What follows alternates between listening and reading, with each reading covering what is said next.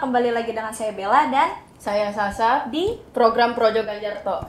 Oke, hari ini kita berdua, nggak cuman berdua nih. Hari ini kita akan mengangkat tema yang seru, yaitu pemilu tanpa Jokowi. Nggak cuman sendiri, hari ini kita kedatangan tamu. Ya, beliau adalah seorang lawyer, beliau juga aktivis Gerakan Mahasiswa Nasional Indonesia, beliau juga Ketua Umum Relawan Gerakan Ganjar. Boleh diperkenalkan, Bapak? Terima kasih Bella sama Sasa.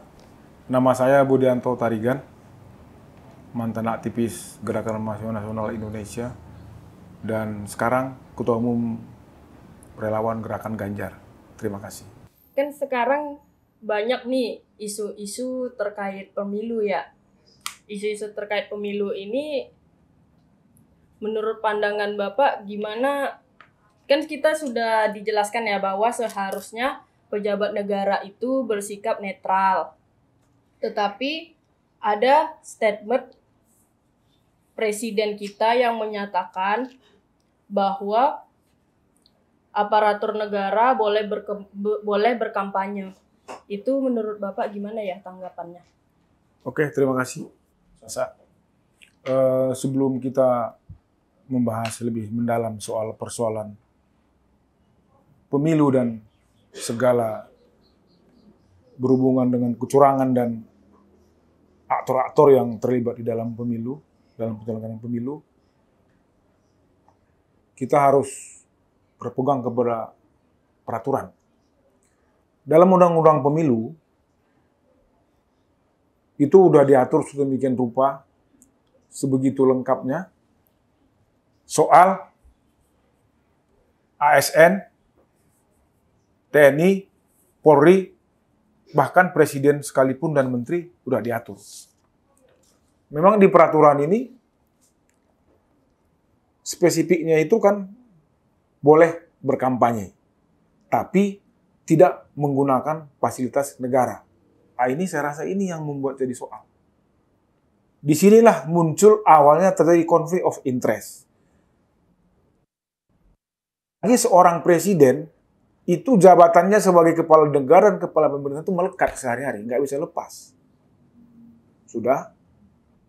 Apalagi seorang presiden yang kemarin malah mengatakan presiden bisa berpihak. Ini Jokowi. Di sini beliau kehilangan kenegarawanannya. Coba kita lihat. Jokowi sebagai kepala negara, dia juga adalah panglima tertinggi dari semua angkatan yang ada. Pak Jokowi ngomong, di kiri kanannya itu ada Menteri Pertahanan, ada Panglima TNI dan Kepolisian, semua ada di situ. Beliau berbicara di situ, Presiden dan Menteri bisa ikut kampanye dan bahkan memihak. Ini yang kita nggak setuju. Walaupun mereka melakukan kampanye sebagai seorang pejabat publik, tapi ada aturannya.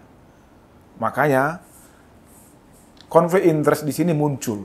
Nah, setelah undang-undang ini ada namanya TAP MPR nomor 6 tahun 2000 mengenai etika kehidupan berbangsa dan bernegara. Itu yang diabaikan oleh Pak Jokowi. Bahkan dan jabatan beliau sebagai presiden harus melaksanakan undang-undang dasar dan undang-undang dengan sebaik-baiknya dan seadil-adilnya. Dia sudah melakukan pelanggaran kalau menurut saya. Kita boleh berdebat soal ini. Oke. Jadi aku punya pertanyaan nih Pak. Jadi kalau menurut Bapak Tarigan sendiri, sebaiknya Pak Jokowi itu seperti apa dalam menjaga netralitas dia di Pilpres tahun ini? Dia seorang kepala negara yang masih menjabat, presiden yang masih menjabat. Di satu sisi, putra ikut dalam pertarungan pemilihan Capres dan Cawapres 2024. Ini bagaimana kita bilang atau menyimpulkan dia netral, putra sendiri maju. Makanya dalam soal ini, kalau Pak Jokowi mau pemilu ini betul-betul netral dan tidak ada kecurangan, ya dia nggak usah ikut kampanye. Nggak mungkin nggak pakai fasilitas negara. Apalagi berbicara di sebelahnya itu Menteri Pertahanan dan Panglima TNI, nggak mungkin netral. Kalau kita urut dari awal soal kepemiluan ini, dari awal udah ada kecurangan, terutama proses di Mahkamah Konstitusi. Secara legal standing, MK itu punya fungsi dan wewenang ada 3 ya, terutama ya. Menguji undang-undang dasar, menguji undang-undang atau undang-undang dasar, memutuskan sengketa kewenangan lembaga sesuai undang-undang dasar, dan memutuskan pembubaran partai politik. Secara legal standing, biar kita tahu nih, MK itu kemarin tidak berhak atau tidak dalam posisi untuk merubah undang-undang. Karena produk DPR dan pemerintah dalam ini membuat undang-undang, MK tidak bisa campur di situ. Ini nggak ada sebenarnya legal standing MK. Ini menimbulkan gonjang-ganjing yang luar biasa.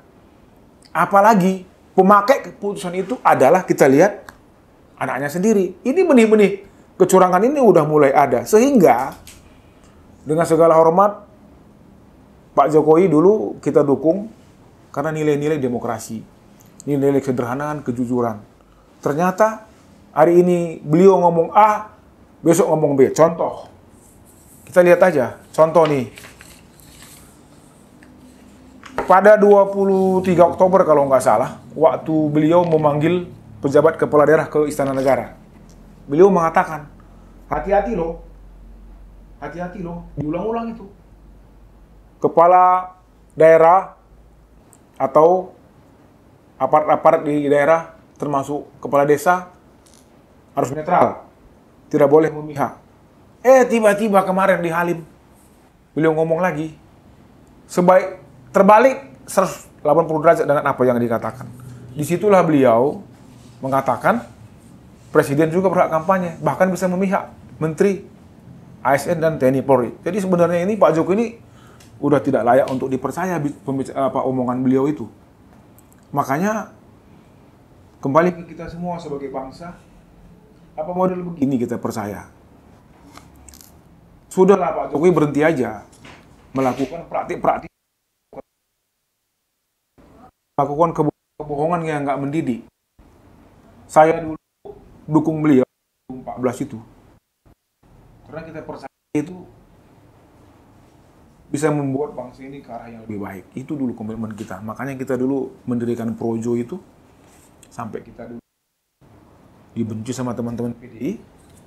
Yaitu, ternyata Jokowi itu pembohong besar ya.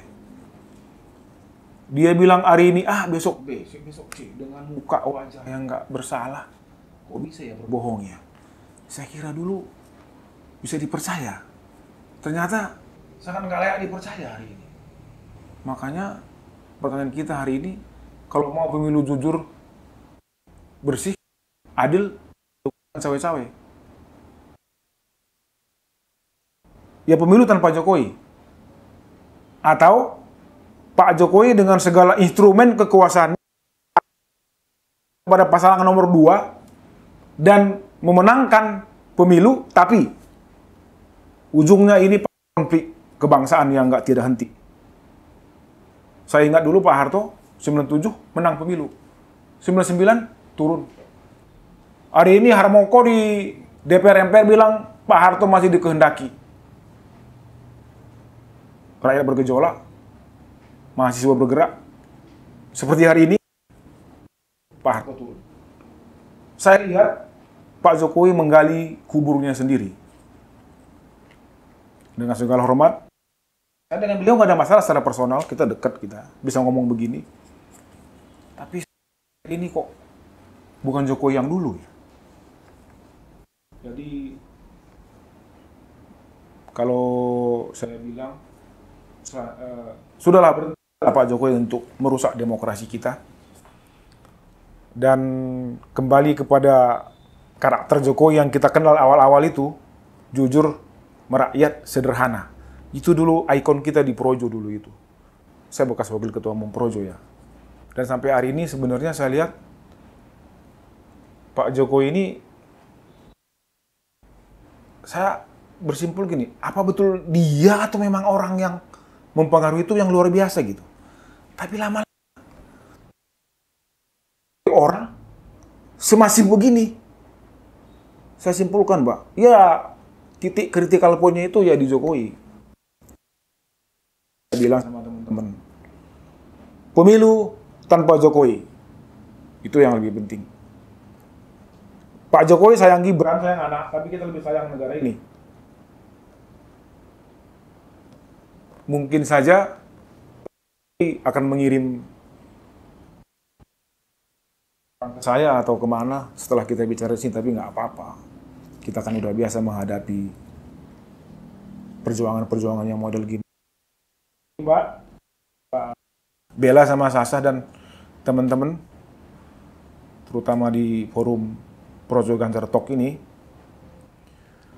nih, 30 Oktober Jokowi di Istana Negara mengatakan kepada pejabat kepala daerah harus netral. Sudah? 24 Januari 2024 seluruh aparat negara, ASN, TNI, Polri bisa ikut kampanye dan malah boleh dibilang memihak. Loh. Beliau lupa ya. Kalau mungkin ASN, Polri, TNI, Polri itu spesifik bisa. Tapi kalau Jokowi sebagai kepala negara dan dia adalah panglima tertinggi angkatan bersenjata. Begitu presiden ngomong berdiri di itu panglima TNI dan Kapolri, dia itu melekat loh itu panglima tertinggi. Dia mendengar, kita tanya panglima TNI sama Kapolri, ketika Bapak melihat Pak Jokowi curang, berani nggak menindak? Nggak berani lah. Saya, Mbak, sebelumnya waktu acara berabdesi di saya menggugat ke Bawaslu, saya diterima, pengaduan saya lengkapin berkas. Yang saya gugat itu adalah yang pertama, yang Prabowo Gibran, waktu itu yang ketiga organisasi abdesi, ditolak gugatan saya, dianggap tidak memenuhi syarat material. Nah, kan udah pengalaman berarti. Coba. Padahal udah jelas itu. Jadi kalau kita berhadapan sama kekuasaan hari ini, ya begini aja, mentok aja. Mentok aja. Dia punya semua kok. Makanya kalau mau pemilih bersih itu Pak Jokowi jangan cawe pemilu tanpa Jokowi. Itu aja. Jangan, Mbak. Ya. Setelah kita lihat forum debat Capres-Cawapres ya. 1, 2, 3, 4. Nggak ada alasan saya untuk yakin kepada pasangan Prabowo Gibran ya. Untuk saya percayakan negara ini kepada tangan mereka setelah Pak Jokowi ini. Nggak ada itu. Saya kenal dulu orang Solo itu, kalau yang perempuan cantik loh ya, Bella. Yang laki-laki itu sopan gitu. Saya pernah bergaul sama orang Solo itu biasanya itu sopan. Kok tiba-tiba ceringak-ceringuk. Saya kaget itu, ini orang.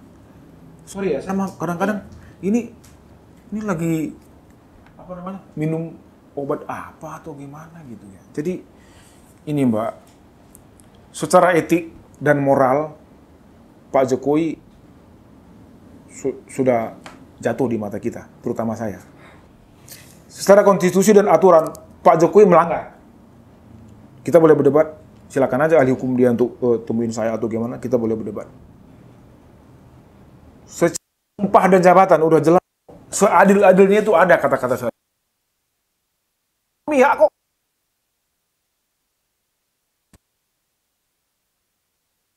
akan melaksanakan undang-undang seadil-adilnya. Nggak adil lagi.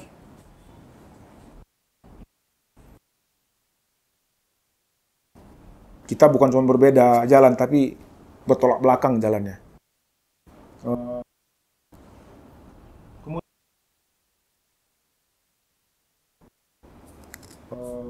Nilai-nilai demokrasi yang kita junjung selama ini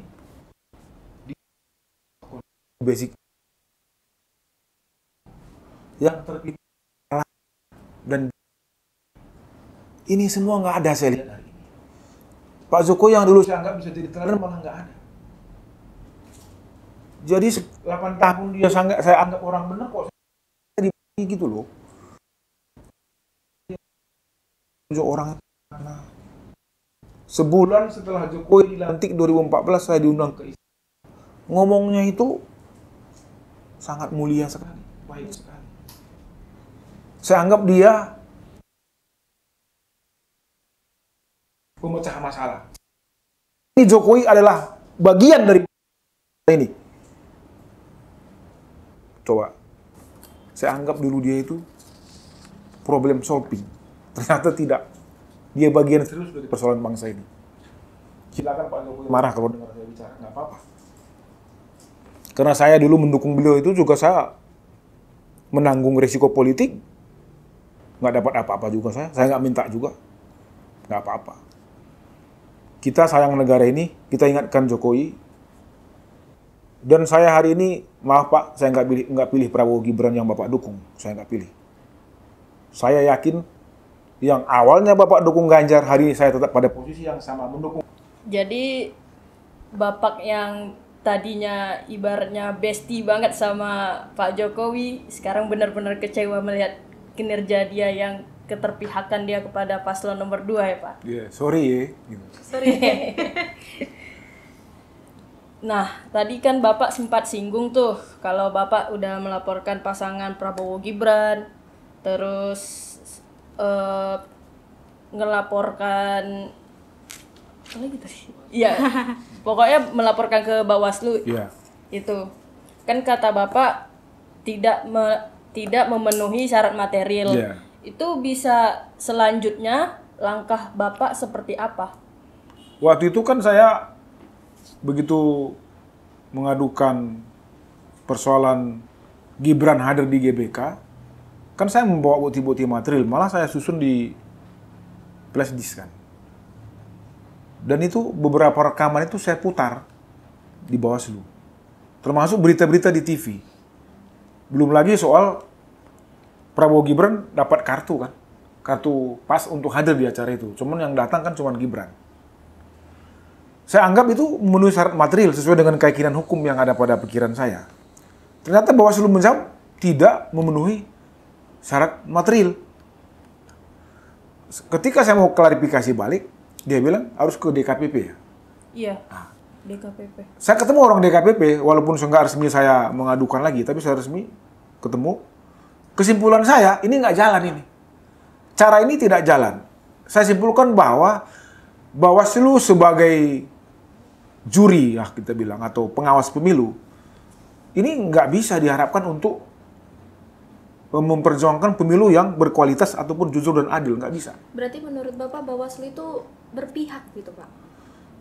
Kalau berpihak mungkin saya harus buktikan ya Mbak Bella. Tapi ini nggak bisa diharapkan untuk membuat pemilu ini netral. Aparat-aparat itu nggak bisa.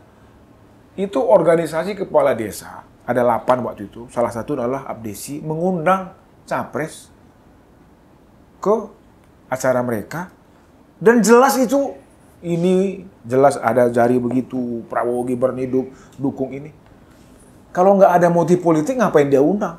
Udah tahu kok dia cawapres. Kan berarti ada motif politik. Ini panitianya tuh Abdesi gitu loh. Abdesi itu kan aparat desa, kepala desa. Kalau udah kepala desa, camat, lurah, camat, bupati, gubernur, menteri, presiden sudah berpihak, ya nggak bisa lagi diharapkan kan. Tidak ada yang bisa dipercaya ya Tidak Pak? bisa lagi. Tidak ada lagi. Mau kemana? Ya nggak bisa. Nggak bisa. Jadi setelah Bapak ke Bawaslu, terus ke DKPP Bapak tidak ditindaklanjuti, terus apa langkah hukum selanjutnya yang Bapak ambil? Saya nggak bisa lagi berharap kepada itu sehingga saya nggak melanjutkan langkah hukumnya, Mbak Sasa. Saya berkesimpulan, sudah cukup. Karena menurut keyakinan saya nggak bisa diharapkan. Jadi saya nggak lanjutkan. Sehingga saya mengubah pola gerakan relawan saya itu kepada hal yang bersifat aktual strategis. Waktu itu kan saya masih berharap semua netral dan semua pada patsunnya gitu ya. Sehingga kita masih rajin passing sekuat tenaga, kunjungan ke daerah-daerah apa segala. Saya lihat enggak. Justru musuh kita hari ini selain kekuasaan adalah penyelenggara pemilu. Jadi nggak bisa lagi saya harapkan mereka memperjuangkan hak demokrasi semua warga negara ini tidak tercederai, nggak bisa. Makanya saya berhenti langkah-langkah seperti itu. Saya berhenti. Jadi harapan Bapak ke depannya terkait untuk Bawaslu, lembaga-lembaga negara lain sama pejabat-pejabat negara itu Pak apa? Ya mestinya kan mereka sesuai dengan tugas pokok fungsi dan wewenangnya kan melaksanakan tugasnya itu kan. Bawaslu sebagai pengawas pemilu kalau ada kecurangan sesuai dengan aturan dan undang-undang yang ada dia harus proses. Ini masa udah jelas-jelas kita anggap ini sebuah perbuatan melawan hukum kok dibilang nggak memenuhi material, unsur material ya. Jadi bingung juga saya. Makanya ya saya ubah aja pola gerakan untuk memenangkan Ganjar Mahfud ini. Bahasa nggak lagi dalam wilayah-wilayah hukum seperti itu, enggak. Biar demokrasi kita lebih stabil lagi ya Pak? Iya, kalau diharapkan model begini ya nggak bisa lah. Memang udah susah ini, udah sulit. Cuman ingat kalau udah segala saluran mentok ya pasti kan ada saluran-saluran lain nanti akan berdialektika terus. Ada mosi tidak percaya ya Pak? Sekarang sebenarnya kalau boleh dibilang orang udah banyak yang nggak percaya. Cuman kan soal polanya itu terbuka, tertutup, berani atau tidak itu kan soal ini ya, keberanian atau nyali seseorang. Saya percaya hari ini yang dibilang kemarin approval Pak Jokowi itu 80% itu saya nggak percaya juga hari ini kok segitu enggak. Kalau kita ikutin logika itu, suara Jokowi sekian, terus digabung dengan kekuatan Prabowo Gibran, kenapa cuman, maaf ya, survei hari ini kalau saya boleh bilang itu nggak lebih dari 40% tuh. Kalau menurut saya boleh keliru, tapi kan saya juga punya lembaga survei yang saya anggap bisa kredibel. Jangan-jangan Jokowi panik hari ini. Pak Jokowi panik karena dianggap sulit satu putaran. Kalau sulit satu putaran, putaran kedua, berat dia. Maaf aja nih.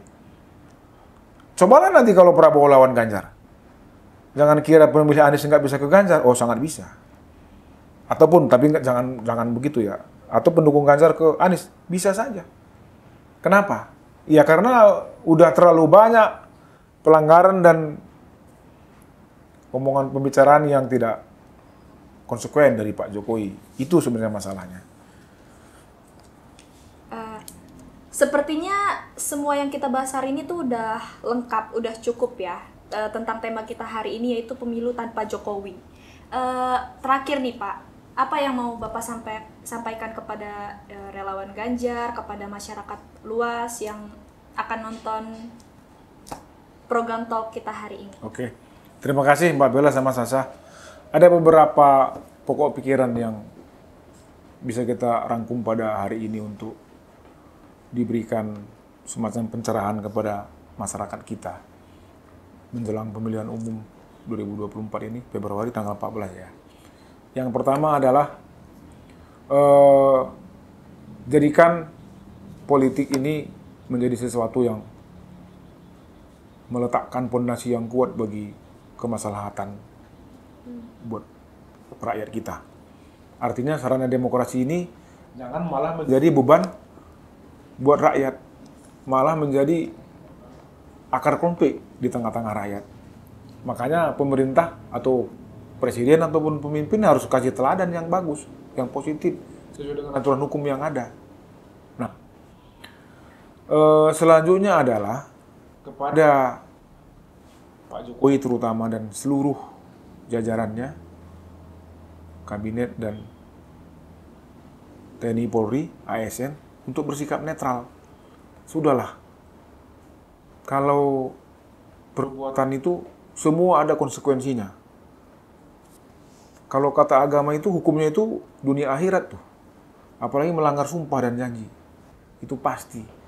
Pak Jokowi dengan segala hormat harus berhenti untuk merusak tatanan demokrasi kita.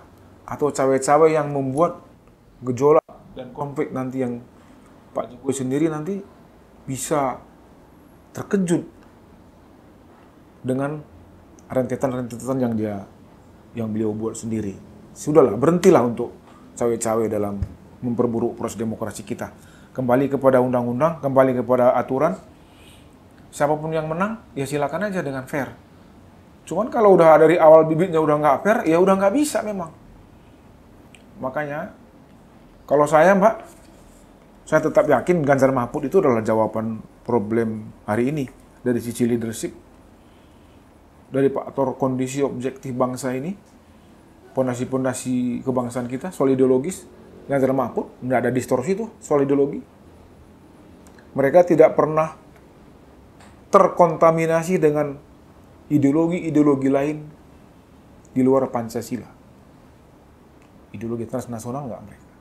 Tidak pernah mereka melakukan dan memperalat agama atau suku atau apapun namanya yang berbentuk sektarian dan primordial untuk mencapai tujuan politik.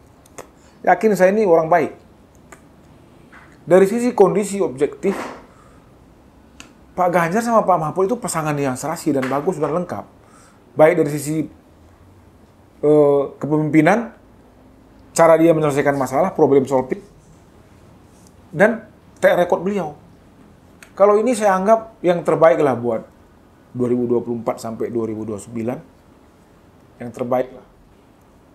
Silakan kita laksanakan pesta demokrasi ini dengan jujur dan bertanggung jawab. Cuman Mbak, ini kan hanya pesan-pesan ini ya, pesan-pesan normatif. Kalau saya tetap yakin pemilu lebih berkualitas kalau tanpa Jokowi.